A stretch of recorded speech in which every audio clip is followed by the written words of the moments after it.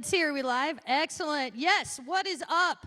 Dreamers, innovators, creators, and thinkers, welcome to the inaugural Last Best Conference. How y'all feeling?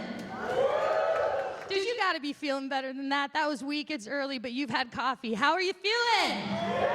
All right. My name is Shannon Stover. I work with Verve Exchange Consulting. I'm coming at you from Bozeman, Montana, and I will be your master of ceremonies for the next couple of days. Definitely a privilege to be here as I walk into the stool. We'll get it taken care of. So I got a call a couple months ago from the folks at Blackstone Launchpad with the University of Montana asking if I would be interested or willing to come and support this event. And I said, well, why don't you tell me more about it? Last Best Conference, that's kind of a very general, nebulous thing. And they said, well, the mission of our conference is to inspire purists of passion to leave a lasting impact. And our goal is to do that by focusing on 3 core values, right? Community, creativity, and courage. I was like, well, that sounds pretty good. How are we going to do it? And they said, well, the conference is broken into a lot of different sections. So we'll be based at the Wilma Theater in downtown Missoula, Montana. All right, that sounds pretty good. We're going to be entertaining a variety of main stage speakers from across the country who are going to come in and share more about their story and their path to success. Right on, sounds groovy, I'm into this.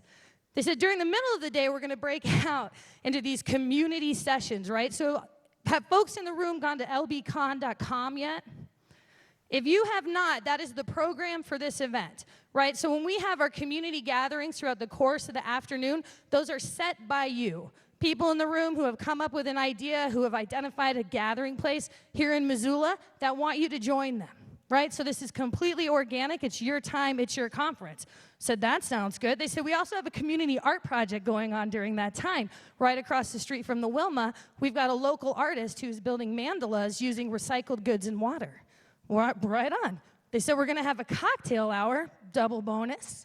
And then they said we're also going to link into some major events that are happening in Missoula at the same time, in specific downtown tonight, which is this evening at Caras Park, and then we're going to butt right up with River City Roots Festival that begins on Friday.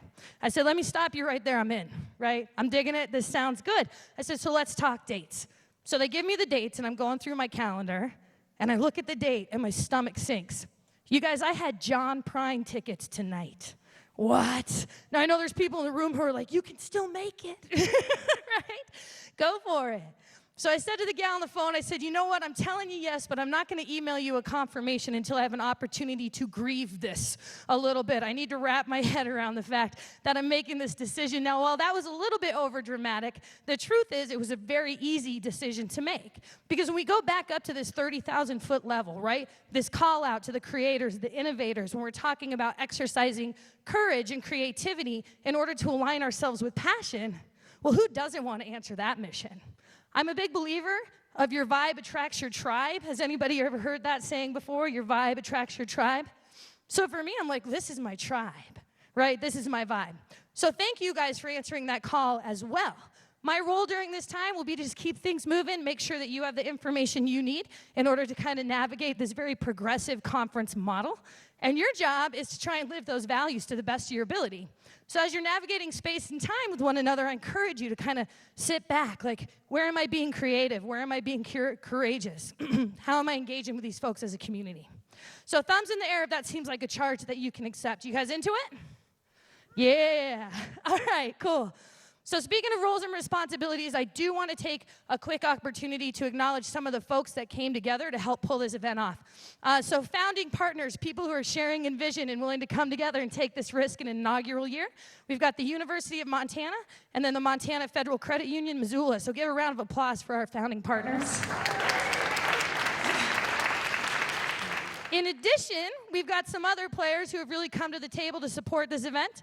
So we have Hilltop Public Solutions, which is our preferred PR firm. Give it up for those guys. And finally, we have our preferred search engine marketing firm, and that is Logistical Position. One more round of applause for those folks. All right. So we also have some folks here from our congressional delegation, some folks from the governor's office who want to acknowledge the commitment you've made to put yourself and your energy in this room and acknowledge the talent that you're bringing to better the entire state of Montana. So we're going to start with Mr. Andy Shurtleff. He is the small business advocate from the governor's office of economic development, and he's here to welcome you on behalf of Steve Bullock. Thank you very much. Welcome to the Last Best Conference here in Missoula. My name is Andy. I'm with the Governor's Office of Economic Development. Come join me at 11:30 at the Top Hat, where I'll talk about the state of Montana's entrepreneurial ecosystem. I've got a quick note from the governor. Dear friends, thank you for inviting me to speak at the Last Best Conference. I'm unable to attend, for I'm in eastern Montana, recognizing the accomplishments of Native American entrepreneurs and small business owners. I have to admit, I'm a little jealous I can't attend this year. It sounds like a great conference. This is an exciting time for the state of Montana. We're experiencing strong business and employment growth, increasing wages, and expanding industries. Unemployment levels are nearly a full percentage point below the national average, and more Montanans are working across the state than ever before. While our economy and wages are growing in the private sector, in the public sector, we're cutting waste, challenging every expense, aligning the needs of the private sector, and eliminating unnecessary regulations and red tape. As you may know, for over the past few years, Montana has been consistently ranked among the top 10 in the nation for entrepreneurship, business climate, tax fairness, government responsibility, income growth. Indeed, our state ranks within the top 10 in nearly every economic category. That is why I am proud to announce today that Montana is ranked the #1 state to start a business for the 4th year in a row, according to the Kauffman Foundation. Montana continues to lead the nation in ensuring that entrepreneurs and small business owners have the tools and resources they need to grow and to expand and create good-paying jobs, putting more hard-working Montanans to work. But it's you, here in this room, Montana innovators and entrepreneurs, that are leading the way, making our strong economy even stronger. Thank you for doing what you do, and have a great conference. Thanks.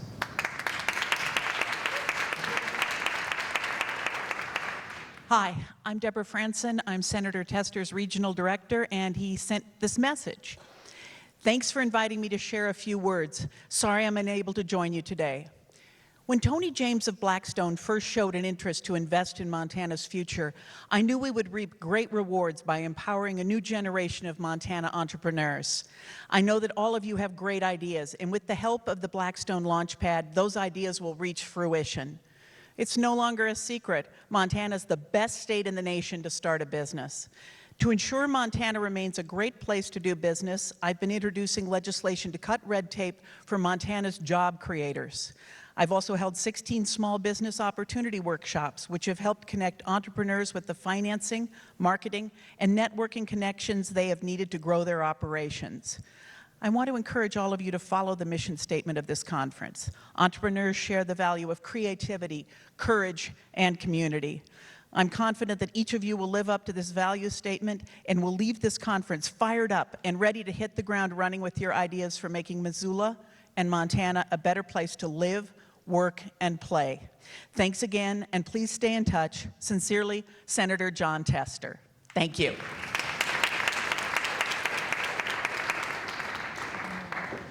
Good morning. I'm U.S. Senator Steve Daines. It's good to be in Missoula. That's a brave thing to say for a Bobcat from Bozeman, I can tell you that. But I love the tagline here about passion. I can tell you, during the August recess, my wife and I spent 53 miles up in the Beartooth Wilderness. Anybody been to the Beartooth Wilderness of south central Montana? It's an amazing wild space of Montana. 31 miles of that was on a horse and 21 miles with a backpack, and we got into some amazing country. It's where I grew up spending a lot of time. My wife caught her first 2 golden trout unassisted on an elk hair caddis, so it was a very, very special trip. But I'm passionate about that. I always said if I would have lost the election in 2014, I would become either a hunting or a fishing guide, because that's what I love to do when I'm not having to spend time back in Washington, D.C. My Montana story goes back to a great-great-grandma. In fact, I always say the best decision I ever made in my life is when I picked my great-great-grandma. I didn't really get to pick Montana. She picked it for our family. She homesteaded 23 miles east of Conrad, Montana, there north of Great Falls. And our family story eventually ended up in Billings. My mom married the guy next door. Dad was a U.S. Marine with the 58th Rifle Company out of Billings, and they came to Missoula to go to school. In fact, my mom was working at the Missoula Merc, pregnant with me, which is probably, a couple hundred yards from where we're standing and seated here this morning, helping put my dad through school at the University of Montana. They moved to Bozeman in '64. I grew up there, kindergarten through college in Bozeman. And like so many Montanans, when I graduated from college, and I had a degree in chemical engineering, and I can tell you I'm the only chemical engineer in Washington, D.C. serving on the Hill. There aren't a lot of folks who get engineering degrees and get involved in politics. But as I graduated from Montana State, what do you do next? And I got hired by Procter & Gamble, worked for them for 13 years, the last 5 years over in Asia. In fact, I helped launch the businesses in China. It was like a startup within a large Fortune 20 company. And so we were over there, we had 2 children, we had 2 more born in Hong Kong, we were there. And we launched this business to sell and market American products into that 1.1 billion at that time consumers in China. But like many of you in this room, and I go back to my first statement on passion, I was dearly missing Montana, and I was fighting my way to get back home. We wanted to raise our children in Montana, so they had the same experience that I got to have as a lucky guy growing up in southwest Montana. So I exited the company, worked a 1-year transition plan with them. They were being so good to us.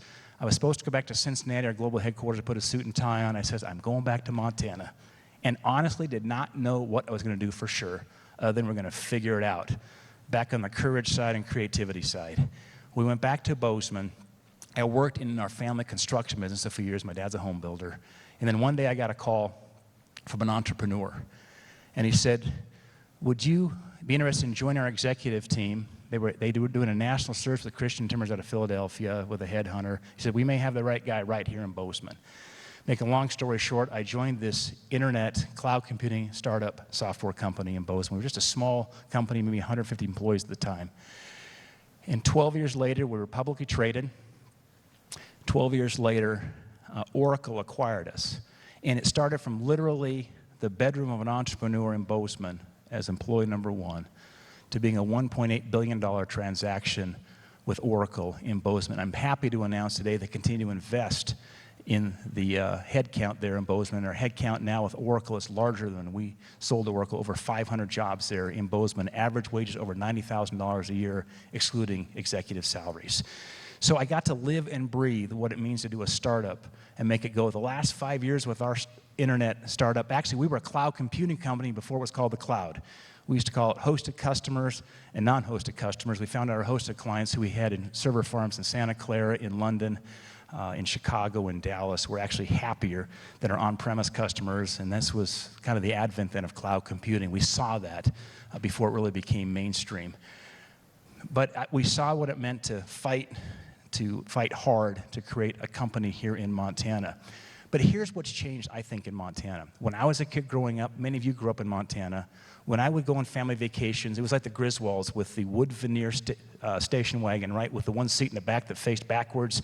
The kids fought who got to sit seated backwards with that 3 seats in the back. We were down going to Disneyland.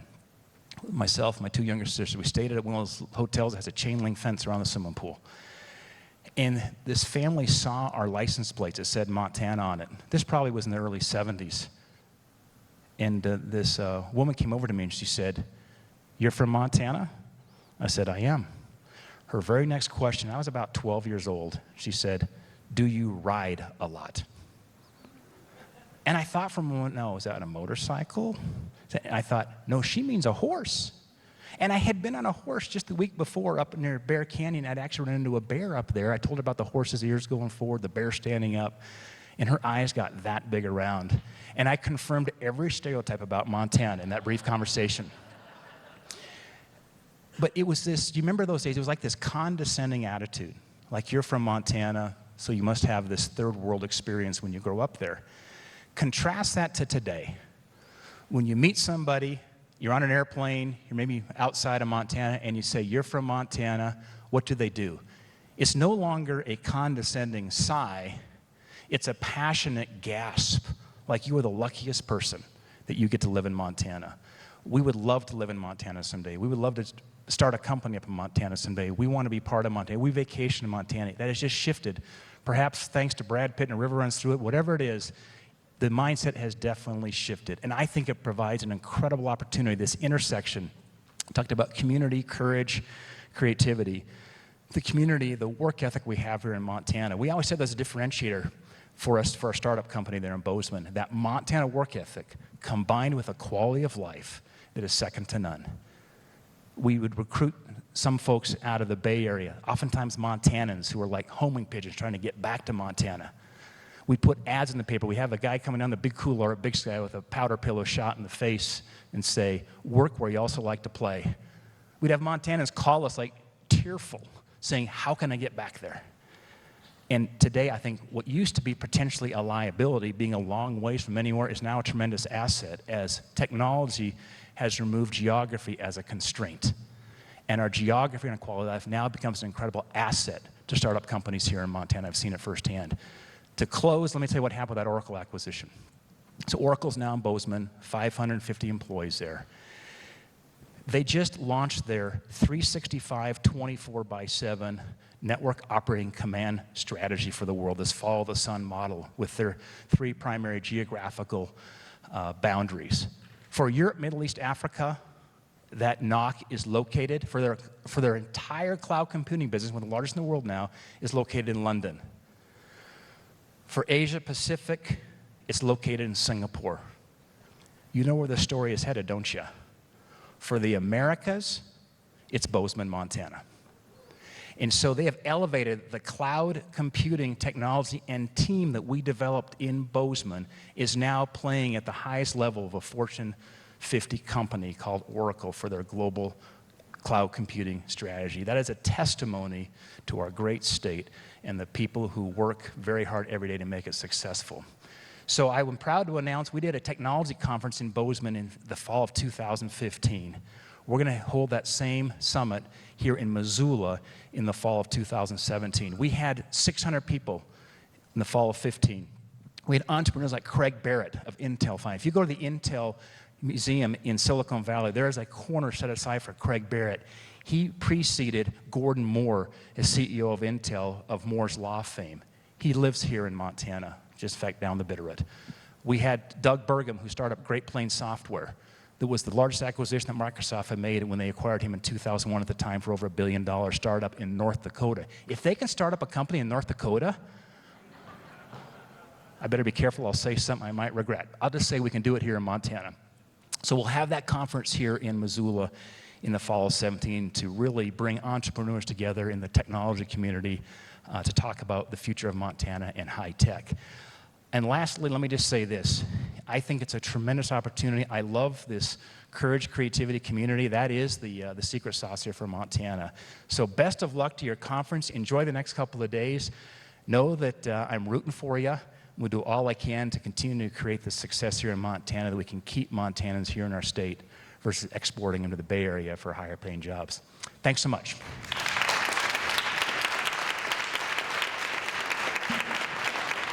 All right, you guys, one more time for our congressional delegate. Give it up for him. That's a lot of traveling. They care about what you do.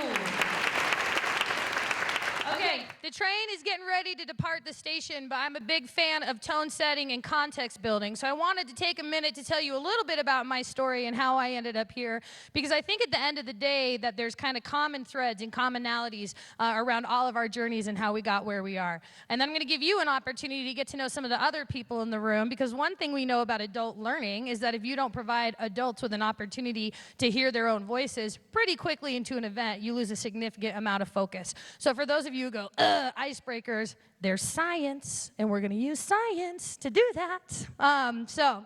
Anyhow, so I mentioned that I live in Bozeman now. I'm originally from Colorado, and I moved up to Montana roughly 15 years ago to join AmeriCorps, the AmeriCorps Vista in particular. Anybody? Yeah, who know if you know about AmeriCorps?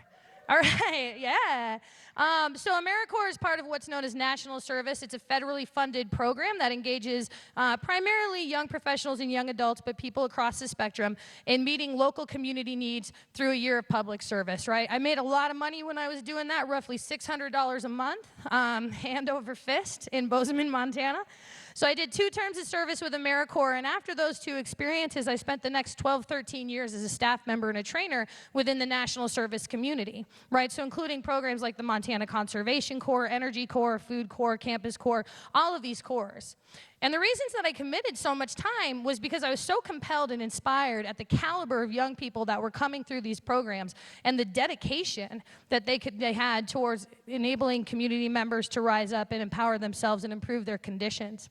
I was also super empowered by the fact that as these young people were going through these experiences, they totally transformed, right? And so I'm like, wow, there's something about this service, there's something about this commitment that's really kind of causing this transformation. But I also recognized there was something else happening. So I'm working with folks who are high school graduates, college graduates, folks taking a year off. And I'm like, man, you guys are wildly unprepared for adulting, right? Like, we have done a terrible job of getting you ready for what I like to call the cliff, right? So young people, it's like you go to school, and then you go to high school, and then when you graduate, you go to college. And every day is blocked out for you. The path is clear. And then all of a sudden, one day, that's done. You get a slap on the back. Good luck, champ. See you around. And people have no idea how to deal with that. So this started to really move me, so I started writing curriculums and developing workshops on fundamental skill sets, fundamental skills being basic communication, emotional intelligence, skills for dialoguing, conflict resolution. How do we understand the structures and frameworks that support team building, that support leadership? And I started bringing those into the programs I was working with because I recognized there was this need. Now, as I started practicing that, I found myself really coming alive. And I think you all know what I mean by that. There's this thing that happens when you're in lane. When you're in your thriving lane, there's this energy that starts to motivate within you. And I was like, man, I'm digging this. I'm liking this. So one day, while I was frustrated with having to do a grant report, I had this little idea of like, what if I just went and did that? What if I just went and did that kind of training and did that work? Now, as a good citizen, my first thought was, you're an idiot. There's no way you can do it. Shut up, sit down. So that's exactly what I did. But as people in the room know, once you've thought it, it kind of doesn't go away. Right? So I spent the next 3 or 4 years going back and forth with myself, recognizing like, man, there's this thing that I like to do, and it makes me feel alive. And when I'm doing that thing, I think it makes other people feel alive. And I think that that's where I need to put my energy. But I didn't know how to make that leap. I didn't know how to make that jump. Until one day, there was no option but to make that jump. It was so clear to me that it was like, you're just going to do this, throw it to the universe, get on the scenic byway and the cosmic highway and see what happens, right? So that's where I am now. Now, I didn't know I was an entrepreneur until somebody told me that. They're like, you're an entrepreneur. I was like, no, I'm not. I'm a trainer. I work with young adults. I work with emerging leaders. Like, no, you're an entrepreneur. I was like, well, isn't that an interesting concept, right? So now all of a sudden I'm looking around and it's like, holy cow, look at all the entrepreneurs, the intrapreneurs, the solopreneurs. We all have these titles, but at the end of the day, what we're really doing is following something that makes us come alive, following something that makes us passionate. Somebody asked me last night, why did you want to be an entrepreneur? And I said, I never wanted to be an entrepreneur. I wanted to come alive. I wanted to live my passion. And I chose entrepreneurship as the vehicle to do it, right? So I want to pose that to you folks in the room right now. This is an undefined conference. The content's going to come from all over the place. But I think it's really important that we clarify our intentions for being in the room, right? What is it that we want to get out of our time together? How is it that we want to come together with this newfound tribe? So in order to do that, we're going to do a quick little icebreaker, all right? So what I'm going to do in a second is I'm going to cut you guys loose to play an altered version of Rochambeau. Who knows what Rochambeau is? What is it? Rock, paper, scissors. That's exactly right. Rochambeau, very technical term. By the way, they have national championships for Rochambeau if you're really good. If you come alive during this activity, there's an avenue for you. So what we're going to do, I'm going to have you partner up, and we're going to do rock, paper, scissors, right? So it's 1, 2, 3, hit. When you hit, you throw a rock, you throw paper, you throw scissors, okay? The alternative here is this. When you throw a rock, when your partner throws a rock, you are to tell them, during my time here, this is a concept, something I'm coming into the room that I want to solidify. In myself as a person, in my professional life, an intention I have for my time here is to solidify something, some practice, some idea that I have. If your partner throws paper, that means that you are to say, this is a piece of information and or idea I'm hoping to learn more about while I'm here. And if your partner throws scissors, what is it that you want to change, right? Was it about your current circumstances, personally, professionally, within your business, within your studies, that you want to change? So you're going to square up, 1, 2, 3, hit. Rock, what do you want to solidify? Paper, new information or new idea. Scissors, something you want to change. You'll answer those questions for one another. When you're done, you'll simply move on to the next person. I encourage you to kind of, take your time, give people information, but don't dally too much. We don't have all day to Rochambeau. So at the count of 3, I'm going to ask you to get up, be courageous, find some new people, and let's do it. Okay, ready? 1, 2, 3, go.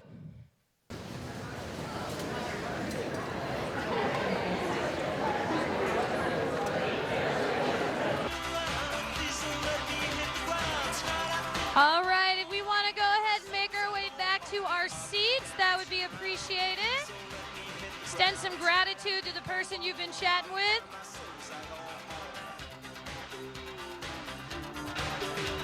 Okay, it sounds like there's about 3 of you who heard that. Underlay.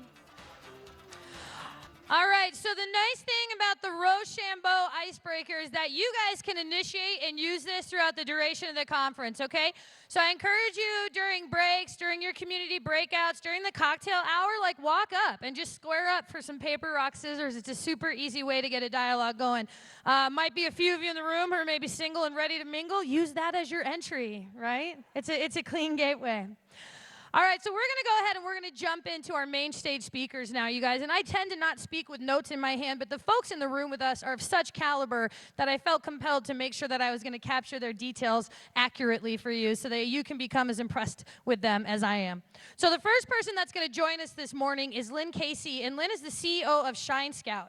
She's based in both LA and New York, but can most commonly be found in seat 10D on Virgin Airlines as she's moving about the country. Lynn is a highly sought-after trend expert, consumer scientist, brand builder, and futurist committed to helping industry-leading organizations unlock the deep human insights that inspire innovation. That is deep. She's driven by the belief that every company, brand, and product has a powerful story to tell, and that critical analysis of human culture, behavior, and trends can help uncover the strongest brand narratives and ensure the biggest leap. Prior to the creation of Shine Scout, Lynn spent 20-plus years leading business development for projects for major agencies like Procter & Gamble, Häagen-Dazs, IKEA, DreamWorks, and Paramount Pictures. I will also add that Lynn is fancy as hell, so give it up for Lynn and her fancy pants. Lynn Casey.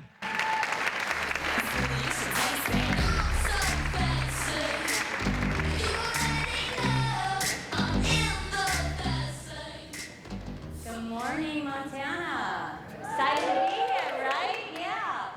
So just a quick note on fancy. Though it is a word I like, I didn't come up with that today. I was on the elevator leaving my hotel room at around 6 this morning, and there was a big strapping fireman on the elevator. He had all sorts of gear, and so I kind of nodded, and he looked me up and down. He said, "Ma'am, those are fancy shoes." And I said, "Well, I'm a fancy girl." And I thought about that for a minute. I thought, this guy's going out to save lives, okay? So #values, people. Anyway, I'm very, very excited to be here. It is not often that I get to speak to my people, my tribe. You guys are dreamers, you are believers, you are creators, and you are doers. And to quote Mary Louise Parker, I just kind of want to make out with all of you. So maybe later. I just think the work that we're doing, that we're all called to do, is incredibly sacred and really important. So I want to do just a quick little exercise this morning, and there are no rock, papers, or scissors. Indulge me for a second. I want you to take your right hand, and I want you to put it over your heart. And I want you to close your eyes. And I want you to think about your dream. The dream that's firing this business that you believe in. The dream that nibbles at your soul and your heels and keeps you up at night. That's why you're here. So let's turn down the noise of everything that we have to do. I want you to take that dream and I want you to hold it really tight and don't let go of it for the next 2 days, okay? Because this is your chance to focus on that. All right, thank you. So I'm going to talk a lot about beliefs today. I'm a big believer that we actually chose this life for a specific reason. I believe that we are spirits having a human journey. I believe we sat on the edge of a cloud or something up there and said, yes, I want that wild ride. I want to do the biggest, boldest, baddest me I can possibly do. I want to go for it. And we have to honor that promise. And what happens, I think, we come down into this world and we're these angels, and then that human part kicks in, right? We're brothers and sisters, we're mothers and fathers, we're spouses, we're employees, and there's demands, and there's noise, and there's things to do, and dishes to wash, and puppies that throw up. I heard mine did last night. There are all these things that start to consume us, and we lose track of that calling. So we have to find these quiet places in our lives where we can reconnect with the Spirit and reconnect with that initial mission as to why we're here. So I'm gonna, true confessions here, I'm in one of those places where I hear my calling really loud and clear. I'm kind of in a hallway place in life. I flew in last night from Boston, where I left my youngest in an 8x10 cell block. He is not in jail. He is a freshman in college. So I just left him last night. He's fine, I'm not. And I'm gonna leave you guys to get on a plane to go to Florida to be with my dad, who's dying of stage 4 pancreatic cancer. And he is my mentor, and he is my angel. So I'm kind of in this place where I'm very raw and vulnerable, which I think is awesome, because that's the place where real work and real things happen. So if I do cry, can we just kind of pretend it's a drinking game and you do a shot and cry? So that'll just make me feel better, okay? So anyway, I was an English major in college, and I am madly in love with words, particularly emendology. I like to think about the roots of words. Ooh. So the word I really want you all to think about today is the word vocation. So vocation, the root of vocation is a French word called vocaire. Now, I know when we hear the word vocation, we think, aha, I know exactly where she's going. She's wearing black and white. She's a nun. I am not. I want you to think about that French word vocaire, to call. So we don't have jobs. We're the lucky ones. We have a calling. We have something that is pulled through our heart and our soul, and we give roots to it every single day, vocaire. And again, we get buried in all of these things that we have to do, and we have to reconnect with that calling. So what was my calling? My calling involves some sort of amalgamation between these two lovely women up on stage. So we have Anna Wintour, who's editor-in-chief of Vogue magazine and creative director, global creative director for Condé Nast. And we have Auntie Mame from La Cage aux Folles, who's a fabulous socialite who traveled around the world and brought magical things home like monkeys, which I very much want. So I want to just take a moment here. So do you see it? Right? Right? You see it? So that was sort of my dream. That was how my life was going to go. I had a vision that I was going to travel the world. I was going to have an amazing penthouse in Manhattan, probably one in Paris as well. And then I would just, no children, I would zip around the world, and I would go to fabulous events and meetings, and I would brainstorm and come up with incredibly magical things. And then I would zip in and visit my nieces and nephews and scatter them with fabulous gifts from around the world, probably some monkeys just to piss my sister off. And then I would, retreat back to my fabulous penthouses. And I'm here to tell you that I actually believe I have achieved this, but it was not a direct route, and nothing worth doing ever really is. The moment that really sort of gave birth to the amazing career that I have today, I can track back to almost roughly 10 years ago to the day.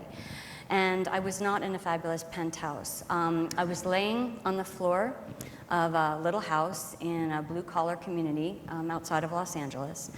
And I was laying on that floor because I was utterly and completely exhausted. I was too tired to walk across the floor of that room. And I was so grief-stricken, I really didn't want to. I was alone, I was unemployed, I was sick, I was heartbroken, and I was the mother of 3 small children who were counting on me. And the crazy thing about all of this is I had chosen this. I had chosen to bring them to this place. I had chosen to travel them 6 small miles that represented one world and a completely different world, the world where they had found themselves with me.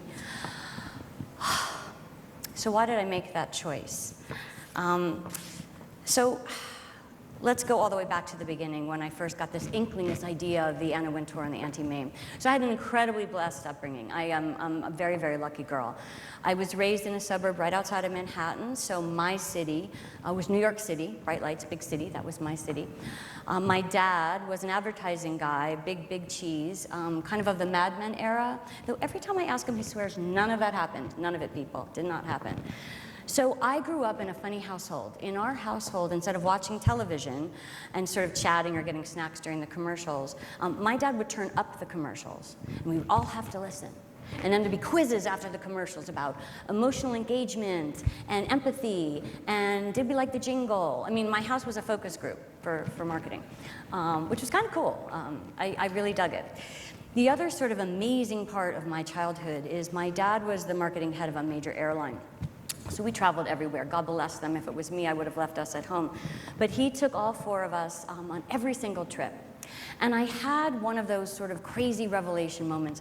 We were flying over, I think it was Switzerland. We were heading home, and I was looking out the window at the Alps, and I noticed some little shiny reflections. And I do like bright shiny things. Yeah. But I saw these like shiny things, and I'm looking out the window, and I realized they were roofs of homes. And I realized in those homes were people. And one of those people was probably a girl my age, 7 or 8. And it hit me that I was not going to know about her life, how she lived her life, what she loved, what she dreamed, what her toys were, who she chose to marry. I realized I wasn't going to know, and it really, really frustrated me. I wanted to understand people. I wanted to know why we did the things that we do. I wanted to know about people from all different walks of life, and I think that's where that germ, that dream got planted. So, had my great advertising career, well, no, my dad had the great advertising career.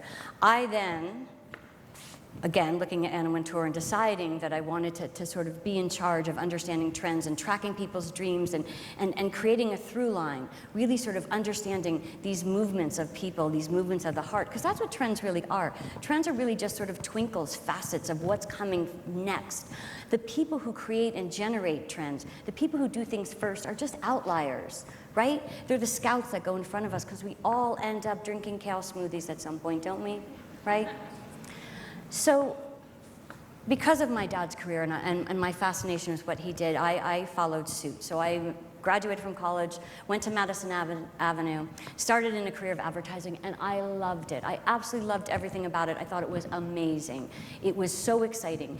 And I was extremely successful. I ran up that corporate ladder. I was vice president of an international advertising firm by the time I was 26.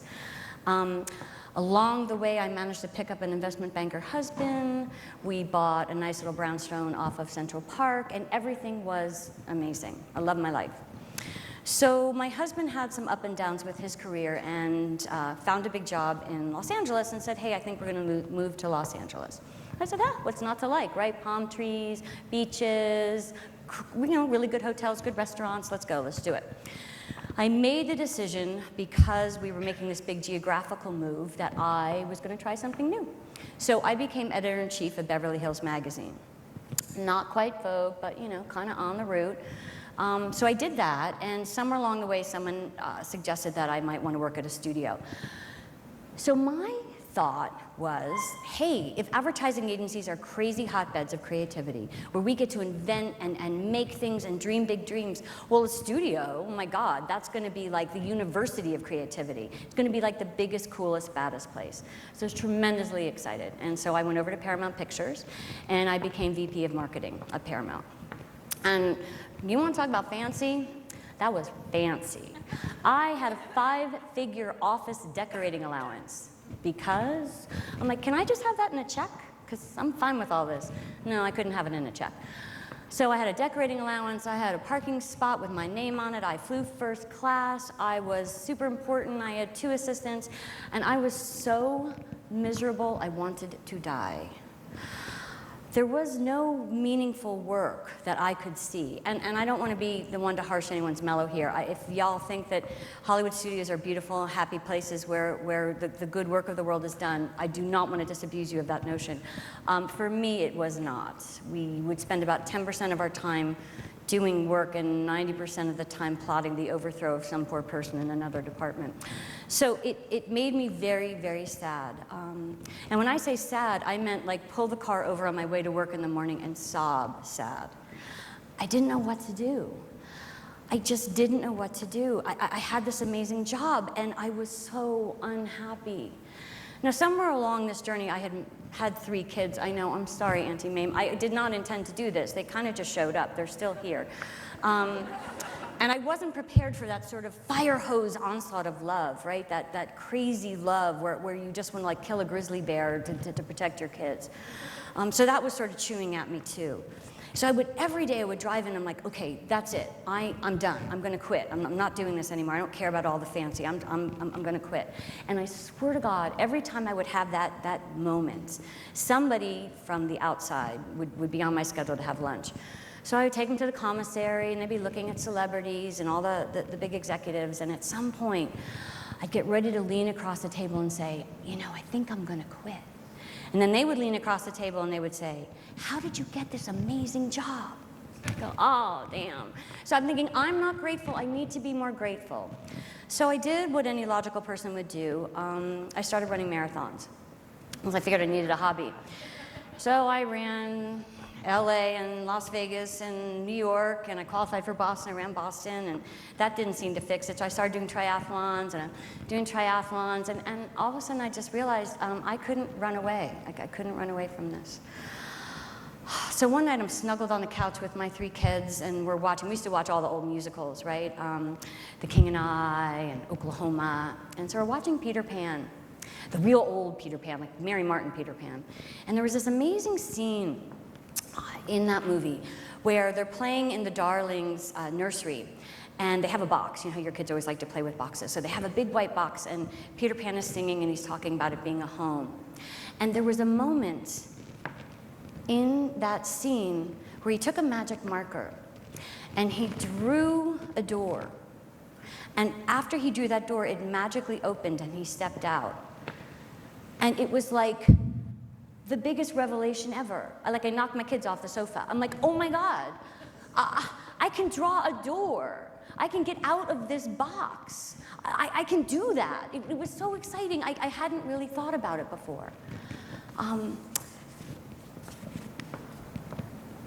Peter showed me the power of no. And that's kind of my religion now. Power of no. No is an absolute. No says I take my life back. No is a plan. No means no, not this. No is a complete sentence. Think about it. It's a complete sentence. So I said no. I drew my door. I went in and I told my boss I was quitting. They couldn't believe it. Everyone offered me more money, whatever. I said no. I got in my fancy car and I pulled out of my fancy parking lot. And for a change, instead of crying on my way to work, I cried all the way home from work. I didn't have a plan. I just quit. I'm a Virgo. I had plans. And I just drove off that lot. I did not know what the heck I was gonna do. So I went home and I quit my husband too. So I did a lot of quitting that day. Quit my husband, quit my job, found out I was gonna have to sell my house to quit my husband. So I put my house on the market, sold my house, packed up my kids, drove to the new little house I bought. And tried to come up with a plan. So in lieu of a plan, I did what most people will do. I went shopping, bought a fabulous desk. It was amazing. It was glass. It had these really cool steel legs. I got a big white captain's chair, and I sat at my chair, and I put my phone, and I put my computer, and this is my plan. This So I sat there with my plan. So in the meantime, I had told everybody in my life about this big power of no and how I was quitting the things that didn't serve me, and everyone thought it was a really, really terrible idea. Tragic. My parents were like, oh my God, you had an insurance policy. Are you crazy? You had all this money. Like, what are you going to do? My girlfriends were like, wait, you had like first class tickets all around the world. Like, seriously? What, you're going to stay home? What are you going to do? My ex-husband was like, seriously? Is this just some plan not to pay tuition? Because you're paying half the tuition. Nobody really was supporting me. But I knew what I had to do. I had mandatories. So what I tell people when they come to me and they say, I know I want to do something on my own. I know I want to be an entrepreneur. I know I want to create. I want to create my own future. I just don't know how to start. I don't know what I want. I always tell people to figure out their mandatories. What are your absolutes? What are your I cannot go over this line? What are your death comments? What are those big brick walls that you will build so that you don't cross over, that you don't go to the other side? What are your mandatories? And I knew what my mandatories were. My mandatories were to be with my kids. At that stage of the game, I owed them that. They did not see this coming. They were blindsided. They were scared and they were frightened and they didn't know what they were going to lose next. So I was going to sit at that desk, I was going to sit in that chair, and I was going to figure it out. So take inventory. Figure out what your mandatories are. What lines will you not cross? Annie Lamott, if you haven't read her, she's absolutely amazing. Tender Mercies is like, oh my God, the best book in the entire world. Annie Lamott talks about the power of a 1-inch frame. So when you build your mandatories up, when you really define what are your no's, what will you not cross, and build them big and high and wide, and make them tight and really secure, then all you have to focus on is what's in the middle.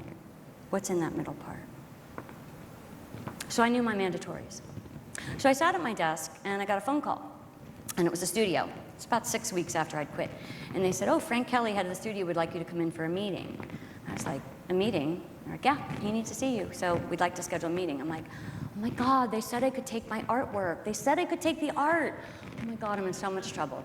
So I did what anyone would do. I went shopping. And I bought a fabulous pair of boots, like Xena Warrior Princess boots, like serious kick-ass boots. They were amazing.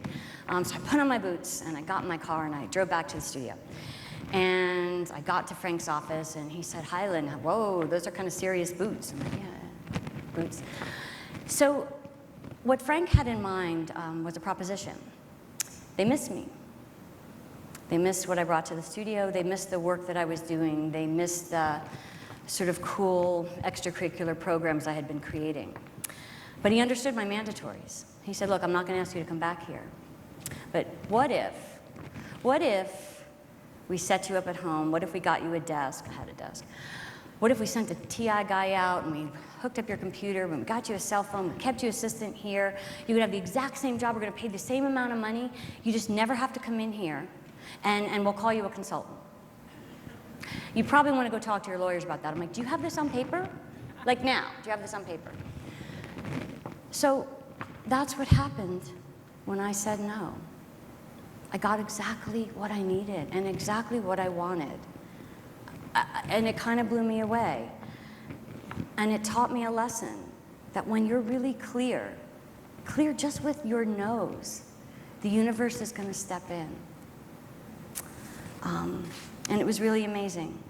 And so it began. From that desk and from that moment, I started to create a business that I love, and I've grown it into a 7-figure global trend scouting and consumer insight business. I am with my kids, and I've watched them grow, and I've gone to their games, and I have fed them frozen food I've heated up in my own microwave. They are CEOs of my business, and they've had me. And I think even more important than just having me there and knowing that they counted, they also watched me shine and watched me get excited and watched me be victorious. And they have cheered me on. And every single one of my kids, God help them, wants to be in marketing. My daughter actually is, my son's at art school, and my youngest just declared his major as marketing. They're excited by the fervor and the fire that I feel every single day. So a cool part of my job is I travel around the country and I'm trying to help companies figure out what they need to do next, and what are people dreaming about, and what do people want, and where are they going.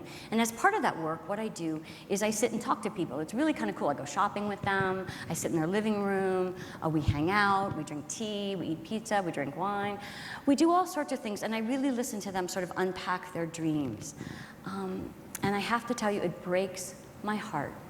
Because 95% of the people that I meet at some point start to tell me about a dream that they had, that they let go of, a dream that they didn't capitalize on. I hear so much of should-haves and could-haves.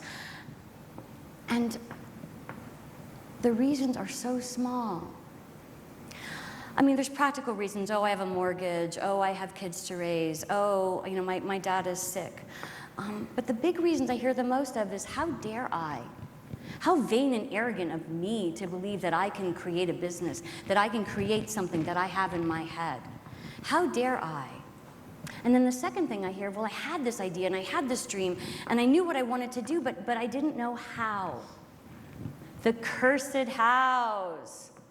How do I do this? I don't know. Do you guys know how to build a computer? I don't, but I use one every day. The hows nip at our heels, and the hows tell us that we are insufficient to do the things that we know that we have to do, right? These hows, they get in the way. Well, guess what? We don't have to figure out the hows. There are other people to figure out the hows. For every one of us, there are 10 people on the sidelines who are desperate to be a part of something exciting and something new and something bold. They want to warm their hands on the energy of your dream. They want to be wingman to what you're going to go out and create. So if you know you want to do something, talk to people about it. Reach out to your community. Look at the community that you're in right now, right? People will deliver your hows. You have to deliver the dream. I have a quote I absolutely love. It's been attributed to Johann von Goethe. Look it up. There's a whole bunch of academic furor about it. I can totally recuse myself. I'll sign something. But I love the quote. Whatever you can do or dream you can, begin it. Boldness has genius, power, and magic in it. I absolutely believe that. Your life is yours to create. I believe that life happens for you, not to you. It's here for you to write whatever story that you want to write. And I believe you're all here because you want to make it a damn good story. I know I do. Don't play small. The world is littered with dream graveyards. And these dream graveyards are full of dreams that were killed in some dress rehearsal of things that would go wrong. They never actually even happened. So take the chance, skin your knees, skin your elbows, and get back up. Because I'm here to tell you, it's so amazing on the other side. So back to the beginning. I really do believe we are all angels. And we are here to have the most incredible experience. And we don't benefit anyone by playing small. We are star stuff. We are badass legends in the making, people. I may not be Anna Wintour, but I'll tell you something. I write stories every single day, and I warm my hands on the brightest, shiniest, most amazing things. I get out of bed every morning ready to tell the world where we're going and what they need to know. I love what I do. And I know that you all are going to love what you create and what you make. So I'm going to ask you to do one more thing for me, okay? Can everyone stand up? And I want you to take that same right hand, and I want you to put it back over your heart. Oh, God, sorry. So I just want to make sure you're awake. Put it back over your heart. I want you to close your eyes, and I want you to grab that dream again, that dream you found before I started talking. And take that hand, and now I want you to clasp the hand of the person next to you. That's a pinky swear, you guys. It's a pinky swear that you all are going to help each other Make your dreams come true, okay? So Godspeed. Thank you.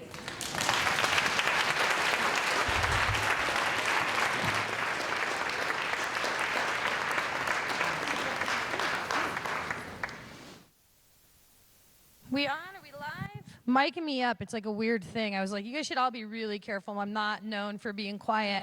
Give it up one more time for Lynn. That was really nice. That was so nice. I particularly, what kind of was compelling to me was this notion that no is a full sentence, right? And I think that's something that's very common. I think that's a common challenge, especially those of us that tend to be driven and following our passions. No can be a hard thing to state. And I really also like this notion of mandatories. So when possible, I'm going to try and give you guys some questions to dialogue. I'm a believer of really solidifying learning before we move forward. So I'd like to invite you to maybe turn to a neighbor and what are your mandatories? If you're comfortable stating those, I think the more we articulate that and put that forth, the easier it is for us to use that as a compass. So just a couple minutes, turn to your neighbor. What are your mandatories? Coming back to this notion of saying no and letting the universe deliver beyond that. So a couple minutes and I'll pull you back. Thanks.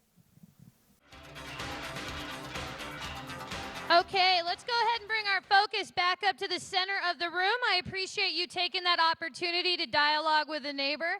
And again, opportunities for courage and building community. I encourage you to carry this practice forward and keep checking in, reflecting, talking about the things that stand out for you. So our next speaker is Miss Christy Govertson, and she's from right here in Missoula, Montana. Whoop, whoop. She is a trainer, speaker, and author. She's a renowned author, as a matter of fact. She works with emerging leaders, empowering them to access their creativity, enthusiasm, and influence to make their organizations, communities, and the world a better place. As a best-selling author and masterful teacher in many subjects, Christy believes the foundation to all forward movement is a combination of audacious action, authentic connection, and an ongoing practice and continual growth in our humanity.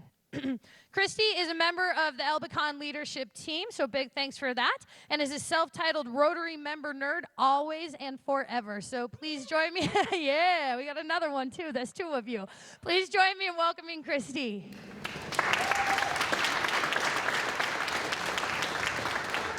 I'm so fancy, but not as fancy as Lynn. So wasn't she awesome? Was Lynn awesome? Well, thanks for coming today. We're so excited to have you here. And if you're not from Missoula, welcome to Missoula. And I just want to take a moment. We're just going to spend a few minutes with me, and then we're going to get back to all the other fabulous speakers. And I want to talk a little bit about networking and ambiverts. So how many of you have heard of the term ambivert? How many of you have heard of the term extrovert? How many of you are extroverts? How many of you have heard of the term introvert? And how many of you are introverts? How many of you would just never raise your hand no matter what I ask you? Excellent. Well, when I was in college, I was given one of those Myers-Briggs personality tests, and I tested as an extrovert. And at the time, I was under the impression that being an extrovert meant that I wasn't very shy, I was okay with doing some public speaking, and that's about it. That's what I understood it to be.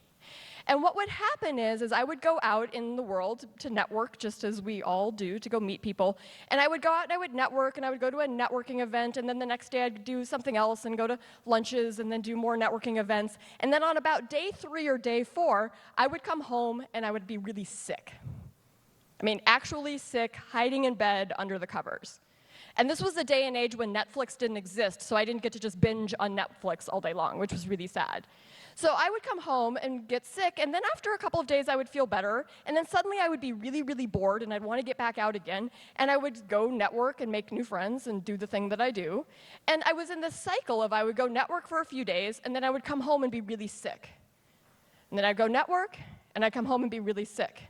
And I could not figure out what was going wrong. And until I learned what an ambivert was, which is actually a combination of being an extrovert and an introvert, what I didn't realize when I was originally given that test is you're actually given percentages of extrovertism and introvertism. And I am 51% extrovert and 49% introvert, which means I land almost identically in the middle between the two. And I also learned that being an extrovert and being an introvert had really nothing to do with being shy or being brave. It had to do with how you get energy and what fills you up. And when you're an extrovert, you get energy by going and being social and having your friends around you and meeting new people, and that gives you energy. And when you're an introvert, that will often take away your energy. And when you're an introvert, you go home and you be quiet and I want to say hide under the covers, because that's what I do. I hide under the covers and I recharge by, reading a book and being alone, and that gives me energy if I'm an introvert. Turns out when you're an ambivert, you need both. And here's what I've decided. Most people, unless you're just an extreme hermit that never, ever leaves the house, which, by the way, that is not us. You left the house today, so you're not an extreme introvert. Or you're an extreme extrovert where you can't be alone ever. Most of us are somewhere in the middle. We're all ambiverts to different degrees. So just take a moment and consider where you might be if you want to think of yourself as both an introvert and an extrovert. Like, what would that breakdown be for you? Are you more introverted and less extroverted? More extroverted and less introverted? So just take a second and think about that.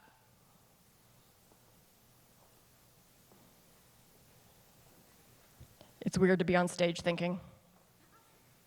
And I know that I'm almost exactly in the center because I know where my test lands. But does everybody have an idea of where they are? Now, given that we're a combination of both, I think that there are some very specific networking techniques that work for everyone, whether you're more introverted than extroverted or more extroverted than introverted. And I'm going to share with you today a couple of those. Does that sound good? Excellent. So the first one is, this is not mine. This is actually a networking guru. He lives in California. His name's Casey Eberhardt. And he goes to networking events. Networking guru, by the way. He doesn't even bring business cards. And he says he only talks to 5 people. And he talks to the same 5 types of people at every event. He always talks to the organizer, or someone in the organizing staff. And in this case, if you want to meet the organizers, there's several of them and volunteers that you can meet. He always talks to one speaker, because if it's a networking event he goes to a lot, he'll know that probably the speaker is someone he has probably not met before. And he always tries to talk to what he calls the 3 yap jobs. And he says, you know who they are because they stand in opposite corners of the room at networking events, so they're not competing with each other, and they hold court, and they've got people around them, and they're telling the jokes, and they're talking about themselves, and they're yapping away. He calls them the yap jobs. You're laughing because you probably know exactly what I'm talking about. He says he does this so much that he calls it his wash, rinse, repeat. Wash, rinse, repeat. He says he does this so much that when he went to his grandfather's funeral, he said he only talked to 5 people. He talked to the undertaker at the funeral home. He talked to the minister who was running the ceremony, who was the speaker. And then he talked to his 3 yap job cousins and went home. All right? Now, I actually do something similar to this. So I was inspired by his story about having a plan to talk to a very specific amount of people, because the extrovert in me wants to go make new friends. But the introvert in me gets really exhausted if I have to talk to 100 people at a single event. So I do something similar, not quite this, but I also like to talk to 5 people. I also like to try to touch base with the organizers, at least thank them for putting on the event. I always try to talk to one of the speakers, again, someone new or new ideas, and I really enjoy that. But I always try to meet up with somebody that I've met at a previous event, touch base with them, pick up on where we left off in our conversation just to continue the relationship. I also try to always meet somebody who I haven't met before who's possibly a guest at the event, and I always try to connect them with someone else that they would be really interested in meeting. So I always try to do at least these 5 things at an event. And if I'm feeling more extroverted, I do more, and if I'm feeling more introverted, I leave it at this. So what I want you guys to do is just take 30 seconds and consider you have today and tomorrow, and there's all these breakout events going on in the middle of the days, and there's stuff going on tomorrow night and tonight. Who would you want to very intentionally meet this week? Okay. And cultivate a little plan for yourself. By the way, it doesn't have to be 5. If you're more introverted than I am, you might want to meet 3 people. And if you're more extroverted than I am, you might want to meet 20. So what's the plan for you? How many people and who might those people be?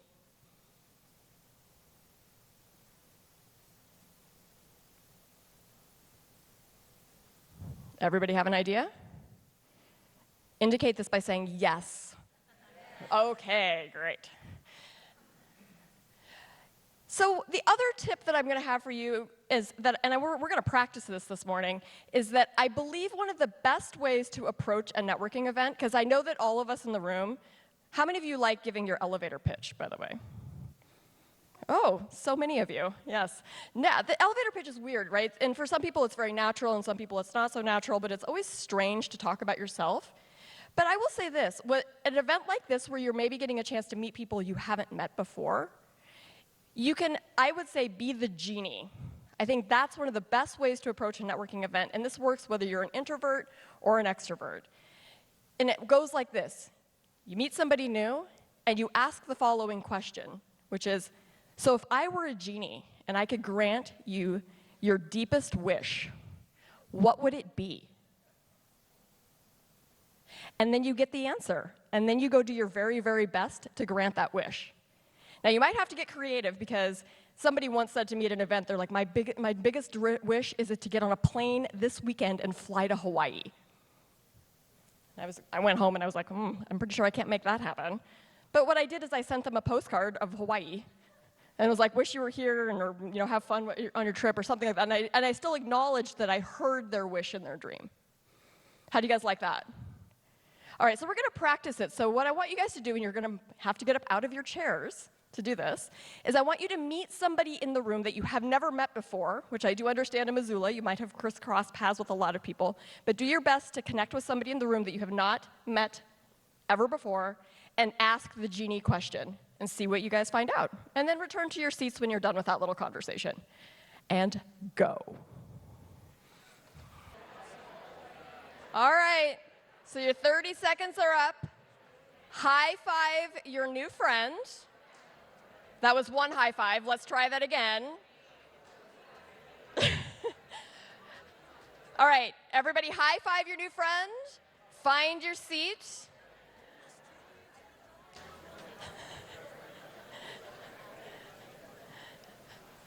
And that's good to note. I'm going to be doing a little Q&A breakout. I think we'll practice high-fiving. That'll be excellent, then we'll do that. All right, but did you guys get to learn some new cool stuff from your new friends? Awesome. Well, I want to leave you with one last story. So one day, by the way, I lived in Portland for a long time, and I belonged to a gym in Portland. And one day, I was at the gym, and I was done with my workout, and I was just soaking in the hot tub. And this guy gets into the hot tub, Speedo, gold chains, and it was a rectangular hot tub, and he climbed into the hot tub, and he got me over into the corner of the hot tub, and he had me cornered. And it turns out he was a car salesman. And in my brain, it took everything that I had to not laugh. And I said, and I was thinking to myself, I was like, of course you are, right? And by the way, nothing against car salesmen. I know some amazing and awesome car salesmen, but this was just the cliche car salesman that you would expect from a bad movie, right? He proceeded to, while I was cornered, to try to sell me a car for 15 minutes in a hot tub, wearing a Speedo. I think it goes without saying I didn't buy a car. And part of it is obviously that tactic of, I'm going to say networking, was very challenging for me to engage in. So this is the one takeaway I want you to have. I mean, besides, I want you to go out into the world for the next 2 days and use the genie, right? Use the genie questions. But just be careful not to be this guy, right? Can we all agree to not be that guy? And for those of you that brought Speedos to wear tomorrow, I'm sorry about that. You can wear your Speedos, just don't be this guy, okay? And I do want us to all go be the genie for the next 2 days. And thanks for letting me have a little time with you guys today. Thank you.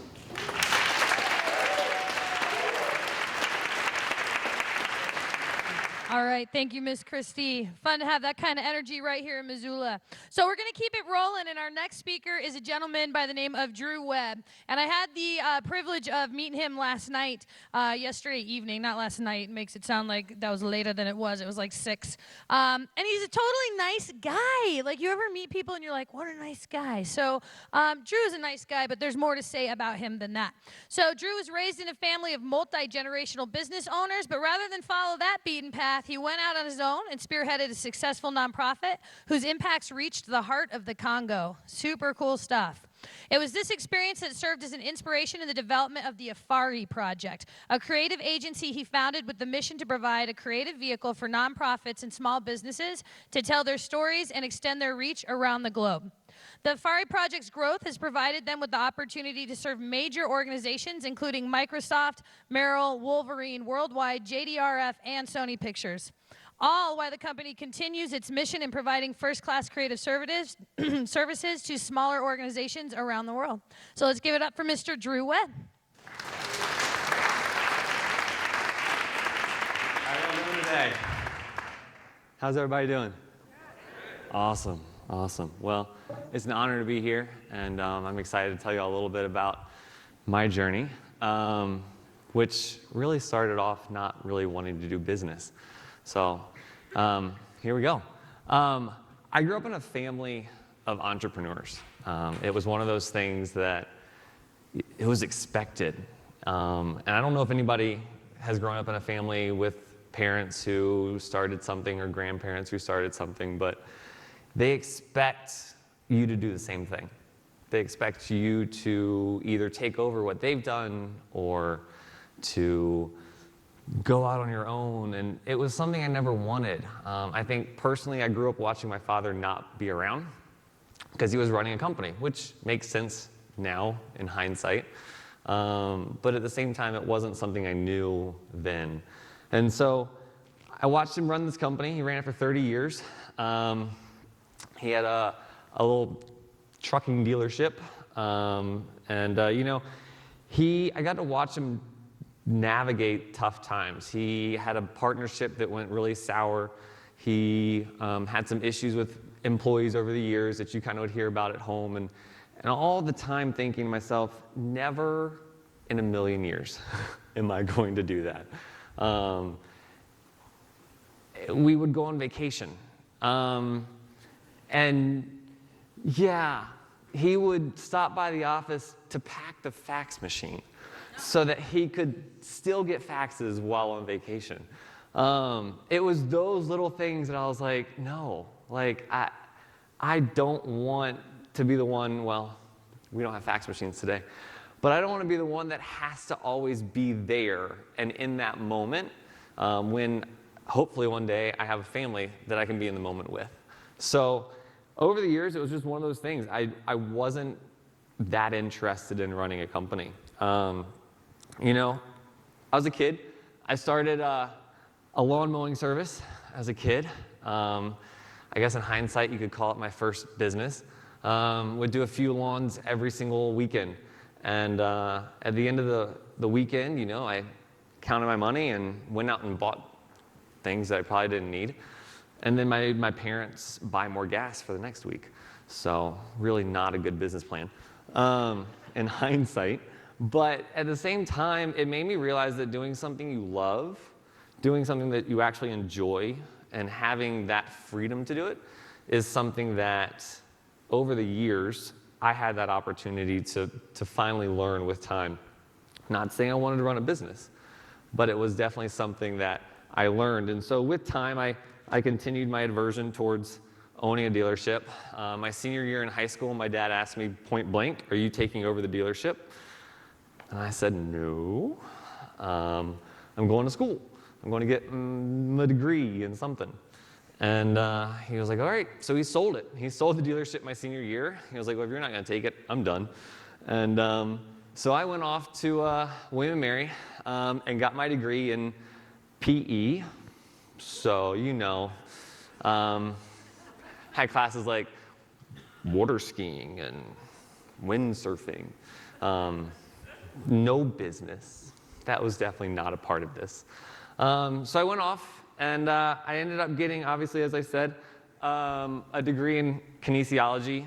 And then 4 years later after that, got a degree in public health, all while refusing to study business.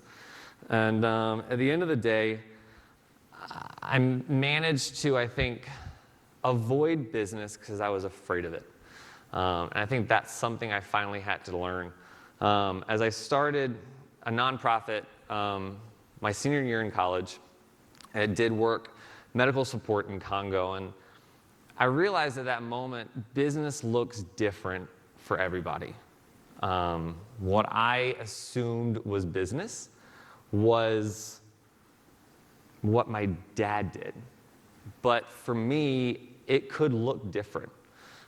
It could look like something that I actually cared about and that I had a heart for. And so over the next few years, banding together, which was the nonprofit I had, we did medical support and AIDS education in the Democratic Republic of Congo just after it became free for Americans to enter. So I actually did start doing something, whether or not I had a business background or not, that I actually cared about. And it took root and grew over the years. I met my business partner, my first one, while doing that. He was a graphic designer and just coming out of college at Sacramento State. And he was looking to build his portfolio. And so he and I became friends. He did work with me at Banding Together. And over the years, we were able to make a really great impact in that region. But I realized that, I realized though that while at Banding Together, I could only do but so much. I could only make but so much change in one country. And that was that. After a few years of doing this, I got a phone call from my grandfather who, God bless his soul, asked me to take over his business at 84.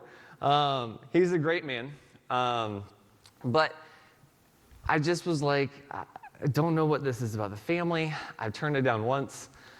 He owned not a truck dealership, but a trailer dealership. So clearly he and my father were in cahoots.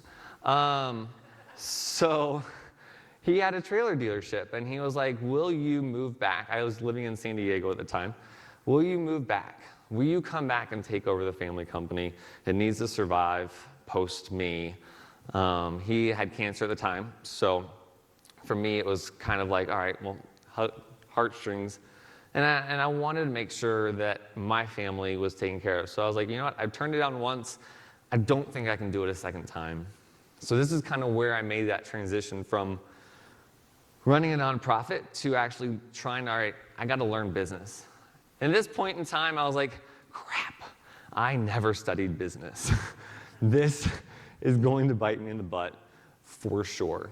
And so I realized at that moment that education, it may be a must, but 4 years of it aren't required. You don't have to go to 4-year school to understand how to do something. You just have to be willing to learn. And for me, that's where I started. I started reading everything I could. I started listening to podcasts. I started taking online courses. Ended up doing a master's in, as I said, public health, but with a degree in administration and management. And so at that point, I was like, all right, I'm going to get this. I'm going to do this. I'm making my way. And so I slowly shut down the nonprofit because I realized at that point in time what I was doing there, though very beneficial to a group of people in Congo, if I could hand that over, if I could pass that torch to someone else, I could do that on a bigger scale. We could create a company that would take small businesses and nonprofits as they start and give them the tools that they need, give them the business development that they need, give them the creativity behind it that they need to reach people And instead of doing one company or one organization, we'd be able to actually influence multiple. So we started the Afari Project. Now at this point, I had a job. I had a bunch of odd and end jobs as along with my nonprofit. And I called the guy that I met that did my first website. I was like, hey, you want to come with me? Let's start a company. So I quit my job. And I called my mom, and I said, hey, I'm quitting my job. And most parents, I think, would be like, are you sure? My mom was like, it's about damn time. She was like, you're not going to do work for other people all your life. It's about time you actually did something you loved. And it was at that moment that I was like, oh, all right, maybe I'm starting to understand this whole thing. Maybe I'm understanding what business looks like for me, what running a company looks like for me versus what it looked like for my father. And so we started Afari Project, but we didn't want to be in one location. Not because we thought it would be a bad thing, but I lived in Virginia Beach. My business partner lived in Sacramento, so neither one of us were moving. And so we were like, all right, well, how do we do this remote? How do we start an agency that's about working with people and growing their vision, but do it remote? And we realized it came down to talent and culture. So of course, we looked around for people. We started off in California, Virginia. We went to Portland, had team members in Denver and now in Montana. We had people in Phoenix and New York and North Carolina. And this is where we are today. There's supposed to be a map back there. Not sure what happened to it, but it's okay. But if you imagine, this is a map of the US, and these points aren't pointless. So I'm sorry about that. But at the end of the day, that's what we wanted. We wanted to find people that had a vision for what we were doing, that wanted to work with small businesses and nonprofits to tell their story, to bring their story to life so that it could make a difference in others' lives. So for us, culture was the biggest thing we could do. It was, if you have a solid team culture, no matter what's thrown at your company, I won't say no matter, but typically no matter what's thrown at your company, your team's going to stick together. If you only rely on talent in a company, talent can move. In tough times with a company, talent can move. They'll try to move. But if you build it around culture, a tough time only brings that group of people tighter together. And that's something we learned at the beginning, not because we had tough times at the beginning, but because we wanted to make sure that our team functioned as a unit, even though we were all thousands of miles apart from each other. And I'm not going to lie, creating culture when the nearest person that you work with is 300 or 400 miles away, not the easiest situation. I do a lot of traveling for it now. I try to fly to every team member a couple times a year to make sure I meet with them and see them and know that they're part of a team. I'm not just sitting on an island in the middle of Denver or in the middle of San Francisco and not a part of a bigger cause. So as Afari grew, we left just the startup and nonprofit world a little bit. Still doing it, but we're able to do bigger and better things over time. We expanded our design team. We expanded our development. We made sure that branding was key because that's the first thing people see when they look at someone else's company. We worked on making sure that we had not just a digital side, but a print and physical side. And we also went interactive. I think that's where we definitely are today. The more and more people are used to working on these things, they're used to them functioning in a way that draws you in. And so Afari had to continue to adapt over the years to make sure that we were doing what the world needed us to do, and we're able to tell stories in a way that continued to draw people in for our clients. So Afari started just the two of us in 2011. By the end of 2012, there were 5 of us. And we were off to the races. But I'm not gonna lie, every time we brought on a new team member, I had a little mini heart attack. And I was like, all right, this is a new person that I get to provide for, that I get to worry about their family on a daily basis, or their kids, and to make sure that we have the clientele. But it didn't stop us from wanting to keep growing. So by the end of 2012, we were up to 8, or 2013, we were up to 8, and by the end of 2014, we were up to 10 or 11. So, you know, it was one of those things that I wasn't trying to grow it, but because of the team and the way that we did work for our clients, it was growing naturally. And we were able to continue to build a company that was creating influence, excuse me, and making an impact. You know, let's go back to my dad. Not my dad, by the way. But we'll go with it. This is the first moment I felt he was proud of me. And I don't say that just like as a sad thing, but as a true moment in time. I had turned down running his company because I never wanted to start a business. And at the same time, he decided to invest in Afari as a partial owner because he was like, this is what I knew you were called to do. And for me, as we continued to grow, something he kept always telling me was, make sure you grow a team, not for what you have today, not for where you are today, but for where you want to go. If you only grow a team, and if you only build a company for where you are today, then you can't continue to handle the growth of where you'll go tomorrow. If you plan for where you want to be tomorrow, that's how you continue to grow. That's how your company continues to expand and grow. So of course, we continue to grow. We're up to this now. Now, some of those overlap. When you're on part of our team, you got to learn how to do many things, including drink at times. Those 4 on this side may also like beer. Some of them don't overlap there, though.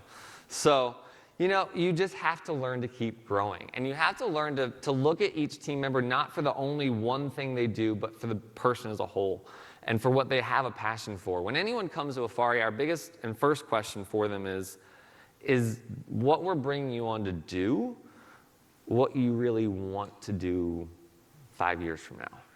Because if it's not, what I want to make sure happens is we find a way to incorporate your passion in what Afari's doing, so that every single time you wake up in the morning and make your way to the office or downstairs,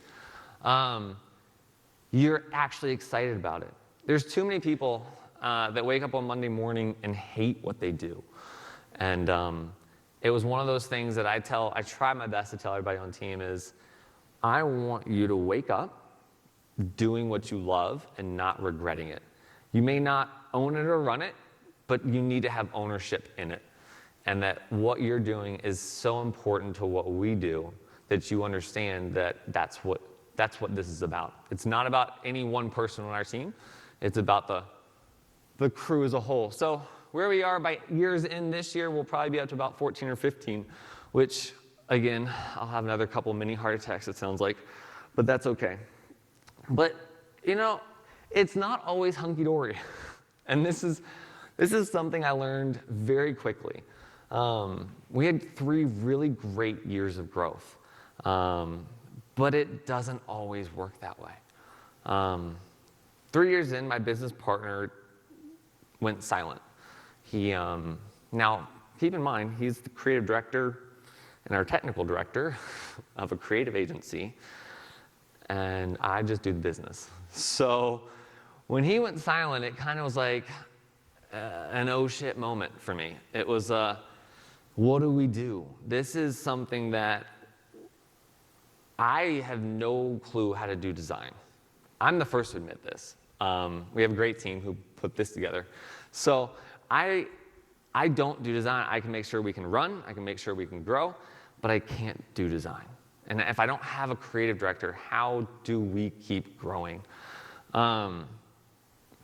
He ended up starting his own firm while still owning our firm, and took clients from our firm to start this new firm because he, I found out, was afraid of our size. He started off Afari, as I mentioned earlier, the two of us. When we got to 5, I think he was okay. The minute we started getting bigger than that, I think he started to worry about what that meant to him. The responsibility was there. And I understood it. It wasn't easy, but I understood it. But at the same time, I was like, well, we can't have you taking clients. So we worked away. He left, went on his way. And it made me sit there and realize that in that moment, you can only have a plan A. My dad taught me growing up that never make a plan B. If you make a plan B, it acts like a crutch. It acts like something that you can fall back on. But if you have no plan B, then it forces you to always make what you're passionate about work. It forces you to make sure that plan A always happens. And if you have a plan B, just make sure it's go back to plan A. Because it shouldn't really be there. If you need one, just make sure it's go back to plan A. And so that's what I learned. And I think in that moment, I was like, all right, how are we going to do this? And it's where the team came back around. It's where I realized we hired a team because they believed in what Afari was about. We had brought on a team that had a passion for what we were doing. And in that moment, we watched our designers, our developers, those that did social media and SEO and marketing for our company, step in and say, yeah, we may not have a creative director right now, but that's going to be okay. We're going to make sure that we continue forward, that we keep moving forward. And it's at that moment that I realized hiring on culture is why we survived what we survived. Because if we hired on talent and great talent watched their creative director leave, they would have left. They would have moved on. But because we brought on a team members that were based around the heart of what we did, and they had bought into the heart of what we did, they didn't go. And they stuck with us. And some of them even stepped up, not some, all, stepped up and allowed us to not look at where we were, but to think about, okay, well, where are we headed? Where are we gonna go? So we started, obviously, Afari Project in 2011. We rolled out Afari Host in 2012, which is our hosting platform for clients, both ones that we've done design and development for, but also ones that just came in outside of that. Over time, Afari Project kind of grew larger, as was mentioned earlier. We now work with Microsoft and Sony Pictures and Wolverine Worldwide. And that budget is very different from a startup budget and from a nonprofit budget. At least I hope it is. But it allows us to still do nonprofit work. That type of client allows us to do now free work for nonprofits, to offer our services twice a year, everything we do for free for nonprofits, and to be able to allow that to continue to grow the passion behind what we do. So we rolled out Slow Roasted in 2014. And it is our nonprofit arm. It's how we do less expensive, more affordable design for nonprofits and small businesses, but with the same designers. So you're getting the same work, it's just a little bit different. So we did that. We rolled out a consulting division to work with nonprofits to help them grow from a foundational side. A nonprofit's only a nonprofit in name, not in the fact that it doesn't make a profit, at least I hope. And sometimes you have to teach them that. So, because if a nonprofit doesn't make a profit, they don't get to do what they're supposed to do. And so you don't always think about it that way, but at the same time, that's why we started a group to help teach that. And then this year, we're rolling out Afari Interactive, which is our app and gaming side, doing app and game development and design. So this one is fresh off the press. And we're headed into creating the Afari Network, which is something that we really want to do, a network of designers and developers around the US to bring talent together and to really be able to make a difference in the nonprofit world, being able to connect designers with quality organizations and quality developers with great companies. So something that we're trying to work through and bring together as we go. You may think this sounds like an empire. Not that type of empire. But at the same time, what we want to do is just be able to make an impact in the world that we know best. We've spent a lot of time making sure that we continue to stay ahead of the curve as best as possible. But at the same time, we always want to make sure that we're staying fresh, that we stay on top of it, not just for our own sake, but for our clients. They expect it. And a client expects that we step up and step forward and do better and work harder for them. And so when we started Afari, we worked on creating, obviously, a mission and a vision. And this is where it kind of came from.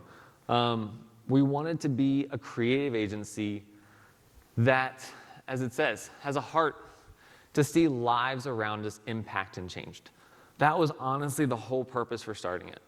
And the whole purpose we have it today is so that we can, through exceptional work, make an impact in others' lives. But at the same time, how do you do that? We want to tell a story. Our mission has always been to get to know our clients on a personal level, to tell their story. It's not our story, but we want to make it ours. Every day we work to make sure that our client's story is our own, that we get to know them so well that we can convey their heart, not just to anyone, but to the audience that they care about the most, their clientele. So that's been our heart, that's been our mission, all the way through to today. And I think you have to, as I said, we have to stay ahead of it. We always are looking at where technology is going, where design and development's going, where we are trying to make sure that our team is not just looking at where things have been, but looking at where they haven't gone quite yet. And so we work on a daily basis to do that. And it's because of, again, I go back to this, I think I've said it probably 15 times already. It's about the culture. You have to breed and build a culture that always is looking to start something new. If your team gets into a rut, then they don't look for what's going on new or how to change something. We've probably created 300 or more websites over the past few years. And I hope that the ones we created in 2011 don't look anything like the ones that we would create today. I hope that we would continue to push that envelope every single time so that we can continue to make sure, and that goes for any business, that every single time you do something, the next time you do it, how do you do it better? How do you make it a little bit different and a little bit better? And that's something that we've done and worked to do. So how do we survive and grow over these years?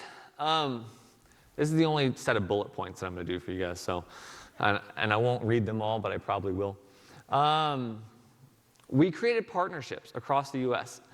Afari decided very early on that we wouldn't have a huge ego, that we would be willing to be a design firm for a development agency, or we would be willing to be a development firm for a design agency. Though we have both in-house, we always said at the beginning, we're willing to partner with anybody so long as, at the end of the day, the story of the client that we get to serve is told. So that's how we started.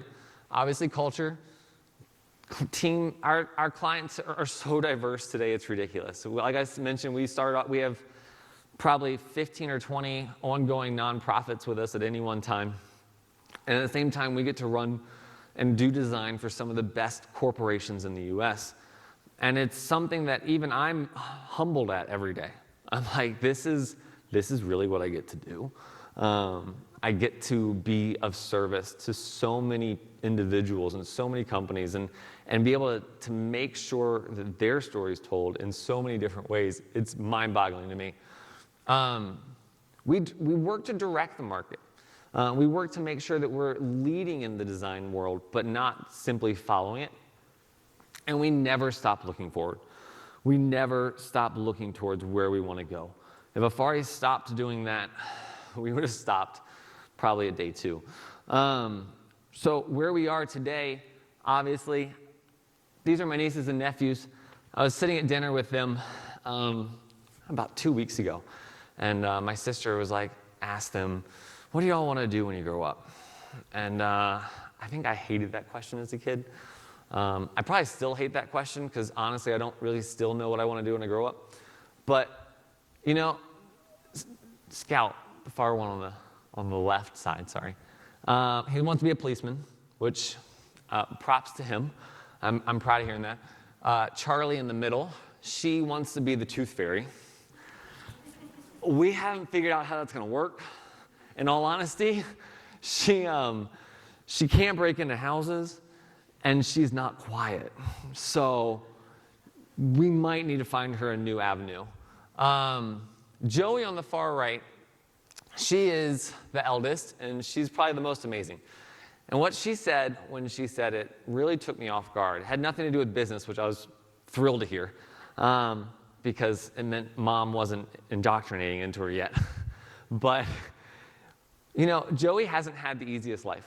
Joey was born with a vascular disease that made one arm shorter than the other and smaller. We never called her Nemo, but we definitely, I mean, she has busted her butt to make sure that it didn't hold her back. At age 3, she was diagnosed with type 1 diabetes. So she ended up starting at age 3 having to have her fingers pricked 35 times a day, have to have insulin shots 8 to 9 times a day, and didn't really live what you would consider a normal kid's life. And by age 5, she was doing it herself, which I still can't do myself. She'll offer to prick anyone's finger, and her own, I promise you. So be careful if you ever meet her. But she does it herself by age 5. And so what it taught me was, I was sitting there just in awe. She said, I want to be president. And I was like, I don't. But it takes people that no matter what's put in their life, no matter the obstacle that's been put in your way, there's nothing that can stop you from reaching the vision that you have for it. If you have a passion in life, there's nothing. Even type 1 diabetes for her at age 3 has never slowed her down. And for me, it made me sit back and realize that no matter the obstacle I may have been through or the obstacles that may come in the future, as long as I'm pursuing the passion that I love, as long as I'm working to pursue the heart that I care about and the passion that I'm invested in, then that's going to be a bump in the road, but it's not going to be the end of the road. And so I'm going to finish by simply saying, don't pursue entrepreneurship. This is something I had to tell myself. I'm not in it to pursue entrepreneurship. I honestly didn't ever want it. And even today, there are times where I wish I didn't have it. But I think that's for anybody. Pursue your heart. Because at the end of the day, that is where you're headed. I mean, you get to pursue your heart. You get to pursue a passion that you love. And it means that you're going to enjoy, not always love what you do every day, but at least at the end of the day, you know that you're not sacrificing on your own passion, on your own heart, that you're making a difference. And that's ultimately, I think, for our team, why we have what we have. We have a team that every single day, they get to pursue their passion. They get to do what they love, uninhibited, and it's made us be a team that I wouldn't trade for the world. And I wouldn't trade, at the end of the day, as much as I never wanted a company, I wouldn't trade it for the world today. So I hope in all of that, there's a little bit that y'all can take home with you and change your own worlds. So thank y'all so much. I appreciate it.